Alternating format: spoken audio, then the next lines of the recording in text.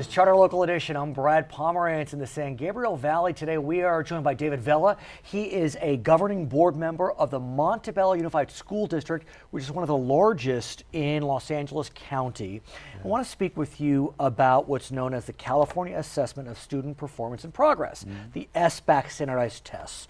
Results have come out, first year of kind of Common Core standardized testing, and the results were not that great.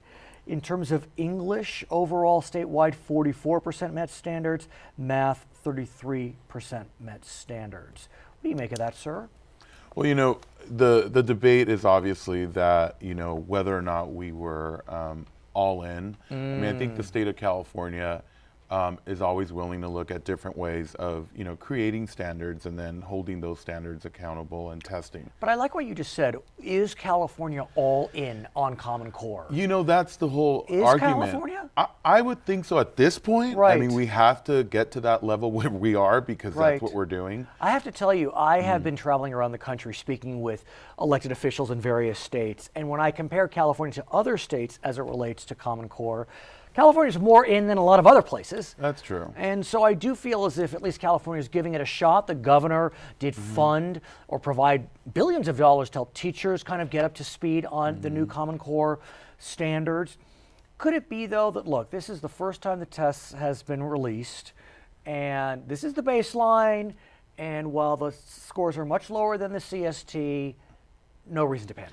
That's exactly right. But look, I mean, from the onset of how we were going to test, you know, we have curriculum that really needed to be stellar at the same time, so we didn't have a lot of time to prepare for that. A lot of school districts, even the largest LAUSD in LA County, they didn't prepare as much as possible. Then you also have the fact that students are now taking a test, you know, for traditionally, since you and I were going to school on paper, now it's on computer. And so that also has a lot to do. Online connection. How do you maneuver through a test that, you know, in the past you had to study for it, and now it's about the feeling and, you know, the Common Core kind of way of curriculum. So we really do have a lot of work to do. I do think, like you said, that this is the baseline. You know, talking to some of my teachers, you know, they didn't have all of the, you know, preparation that was possible in the other California standardized tests because there really wasn't anything there. I mean, there wasn't this, you know, full, you know, robust way of training teachers. So are we ready now for 2016? I don't think we're ready yet. Really? No, because there isn't that, you know, the hard materials that some teachers used in the past for standardized testing. There isn't the plethora of it. It's as it goes, they're receiving professional development and how they're going to not only do Common Core, but then also administer the test. Well, that concerns some, because what about the kids? I mean, the kids who are in school now are in school now. They can't help when they were born. And that's why Governor Brown and State Superintendent Tom Torlakson said, you know, you guys don't panic. We're going to have to go through the test because we couldn't not test people anymore. This was a dry run. And so it was just a matter of us holding tight, waiting for the materials for professional development, integrating our students into technology and testing them. So the test is just one measurement, but are you concerned that if the test is showing results that are shaky, that maybe the students aren't getting the education they need and deserve? At this point, we can't say that because of the fact that there isn't another type of this test that had been administered. But I think, like in Montebello Unified, our students did better than the overall state scores. However, that doesn't say that our students are better than any other I want to student. speak also about Latino population. Sure. Montebello has a very large Latino population, over 90%, I believe. And when you look at the Latino scores, they were even lower than the overall scores.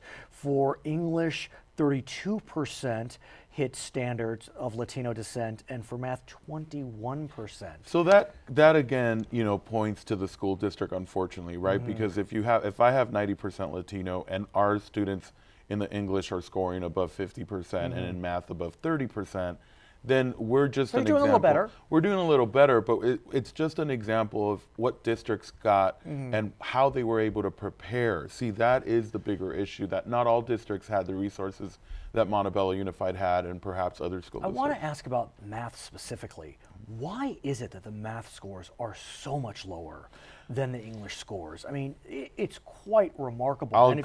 I'll tell you straight out, and that's from textbook 101, and that is that word problems were never anyone's, You and me both, sir. favorite. And I got to tell you, that's a disservice to our students, right? Because we're teaching them all along through the last 50 years on the fact that, you have a straight way of getting to an answer. And now it's all on a screen, and it's by reading. Right. And I mean, a lot of the times, in particular Latinos, we're great at math, especially immigrant Latinos that come here. Why? Because math is a universal language. Interesting. So when you enter the vocabulary part, you're going to do a little work. Right. I want to talk about those that are taking the test. So there is opt-out provisions. In California, less than 1% of California parents had their students opt out. In New York, that number was 20%. And I think of New York as, look, we're different, but somewhat similar in terms of philosophy, population, fairly blue, if you know what I'm getting at. Are you concerned that with these results being so poor, that our parents will start saying, I don't want my kid taking these tests anymore? None at all, and I'll tell you why. Because I think New York in particular had a lot more time. They're closer to DC. There was a lot of talks before. I got to tell you, California is resilient. This is the baseline, Brad. Okay. I got to tell you, I would see dramatic improvements in the next 2 years. I mean, even though the teachers are barely getting up to speed, it's just a way that I personally believe they're going to persevere. And the reason why most parents in California don't opt out is because they really integrate into the California school public system. And it's interesting when you look at statistics in terms of parents' preference for whether students should take standardized tests.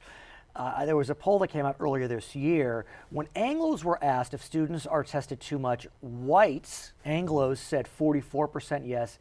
Latinos said 23% yes. When asked if these tests provide valuable information, Latinos 55% said yes, whereas Anglos 55% said that these tests were harmful. So there's like a paradigmatic distinction. There really is, and I think that comes from culture, because in many ways the Latino parents, like, I want my child to be tested more because that's the way that they're going to get better. When you have, I think, the Anglo population that says, you know what, these standardized tests haven't done anything but give people stress. I mean, you had cases in Anglo districts where people were not doing the right thing and bubbling in and knowing the keys beforehand, and it was competitive. Well, that brings AYP and API scores were a way that schools were getting more funding and more popularity for Anglo and that brings students. up the question about whether these tests are just creating too much stress, not for the students but for the teachers.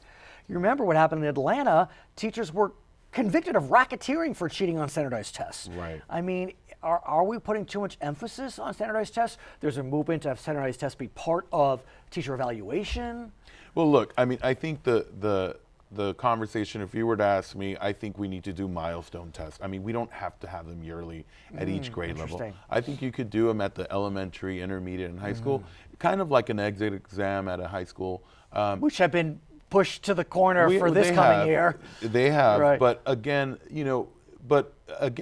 California in particular has become, I think, a very, test-driven state. I mean, when you remember the CSTs, it was everything. And students were stressed out as well, not just the teacher. I mean, so I think Common Core is going to be a little bit more of a refreshing kind of way, but we need to adapt to it. And that's the key. When you adapt, then the testing will come. His name is David Vela. He is a governing board member at the Montebello Unified School District in the San Gabriel Valley. In the San Gabriel Valley? I think it is. Yes, it is. My name is Brad Pomerance. You are watching Charter Local Edition. Again,